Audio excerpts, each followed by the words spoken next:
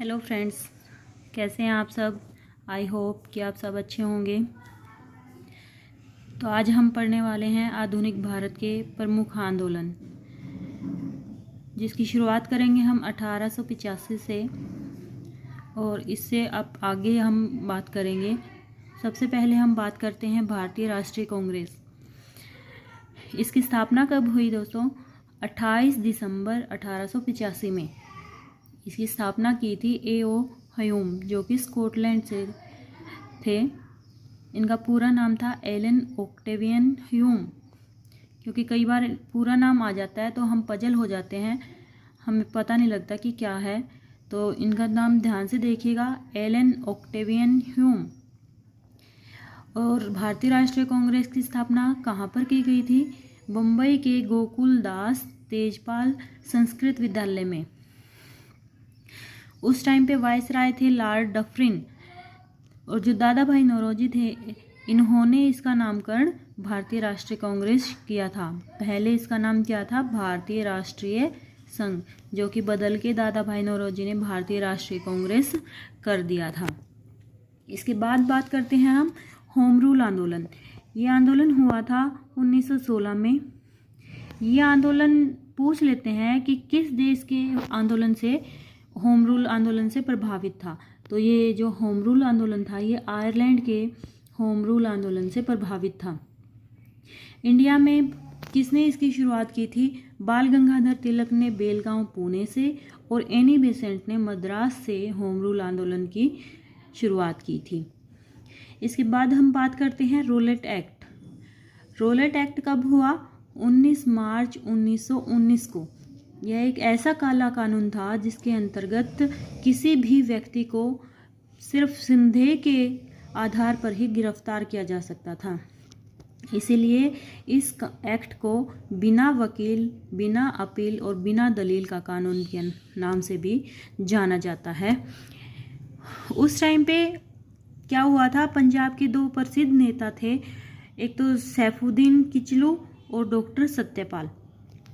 तो इनको गिरफ्तार कर लिया गया 10 अप्रैल 1919 को इस एक्ट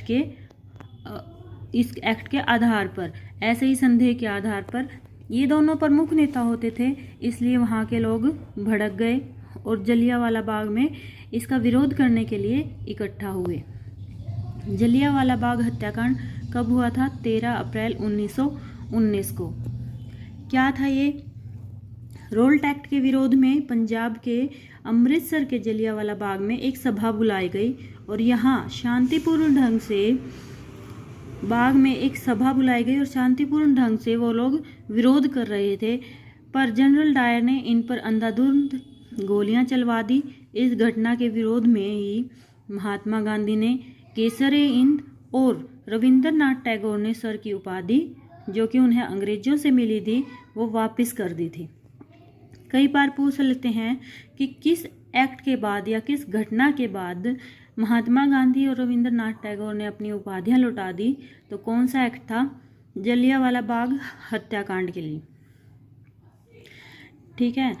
और इस घटना की जांच के लिए हंटर कमीशन को नियुक्त किया गया था, जिसके अकॉर्डिंग, सरकारी रिपोर्ट के अकॉर्डिंग तो 379 व्यक्ति मारे गए थे, लेकिन कांग्रेस समिति के हिसाब से लगभग 1000 व्यक्ति मारे गए थे।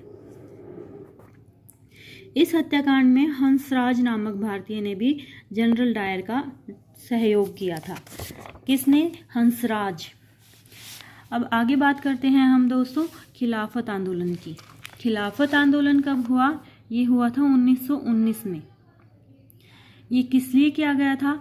ये तुर्की के खलीफा में एक पद होता था जिसको अंग्रेजों ने समाप्त करने के लिए बोला था। इसीलिए वहाँ के लोगों ने इसके विरोध में खिलाफत आंदोलन किया था। तो ये कहाँ हुआ था? खिलाफत आंदोलन तुर्की में खलीफा के पद के समर्थन के लिए ब्रिटेन के खिलाफ किया गया आंदोलन था। भारत के मुसलमानों ने भी तुर्की के मुसलमानों का साथ दिया और भारत में भी इस आंदोलन की शुरुआत की। भारत में खिलाफत आंदोलन की शुरुआत किसने की? शौकत अली और मोहम्मद अली ने, जिन्हें हम अली बंधुओं के नाम से भी जानते हैं। इसके आगे बात करते हैं हम असहयोग आंदोलन, जो कि हुआ 1920 में। 1 अगस्त 1920 को महात्मा गांधी के नेतृत्व में इस आंदोलन की शुरुआत हुई। उसके बाद चौरी चौरा कांड हुआ 1922 में। महात्मा गांधी के असहयोग आंदोलन के दौरान 4 फरवरी 1922 को कुछ लोगों की गुस्साई भीड़ ने गोरखपुर में के चौरा चौरी के पुलिस थाने में आग लगा दी। उन्होंने आग किस लिए लगाई कि लोगों पे पुलिस ने लाठीचार्ज कर दिया। इससे लोग भी भड़क गए और बहुत ज़्यादा लोग थे, तो उन्होंने क्या किया, गुस्से में कुछ लोगों ने वहाँ के पुलिस थाने में आग लगा दी। इसमें 23 पुलिस वालों की भी मौत हो गई थी। इसके बाद क्योंकि गांधी जी ने अहिंसावादी असहयोग आंदोलन चलाया था, लेकिन इसमें इतनी बड़ी घटना हो गई और गांधी जी हिंसा के बिल्कुल खिलाफ थे, तो इस घटना के बाद गांधी जी ने असहयोग आंदोलन बंद कर दिया, जिसके चलते लोगों का विश्वास गांधी से उठने लगा और वो बहुत सारे लोग गांधी के खिलाफ भी हो गए थे। उसके बाद बात करते हैं दोस्तों हम सविनय अवज्ञा आंदोलन, जो कि 1930 में हुआ। सविनय अवज्ञा आंदोलन की शुरुआत गांधी जी ने 12 मार्च 1930 को दांडी मार्च के साथ की थी। 31 जनवरी 1930 को गांधी जी ने अंग्रेजों के सामने कुछ मांगे रखी थी, जिन्हें हम 11 सूत्रीय मांगों के नाम से भी जानते हैं। उस टाइम पे वायसराय था लॉर्ड डार्विन, जिसने ये मांगे मानने से इनकार कर दिया गया, जिसका परिणाम क्या हुआ, इसके विरोध में गांधी जी ने सविनय अवज्ञा आंदोलन शुरू किया। तो बताइए दोस्तों, आपको आज का कंटेंट कैसा लगा? अगर आप चाहते हैं कोई टॉपिक मैं करवाऊं तो आप अपनी राय ज़रूर दीजिएगा कमेंट बॉक्स में। अगर मेरी वीडियो अच्छी लगी हो तो लाइक शेयर करिएगा और मेरे चैनल को सब्सक्राइब करना मत भूलिएगा। थैंक यू दोस्तों।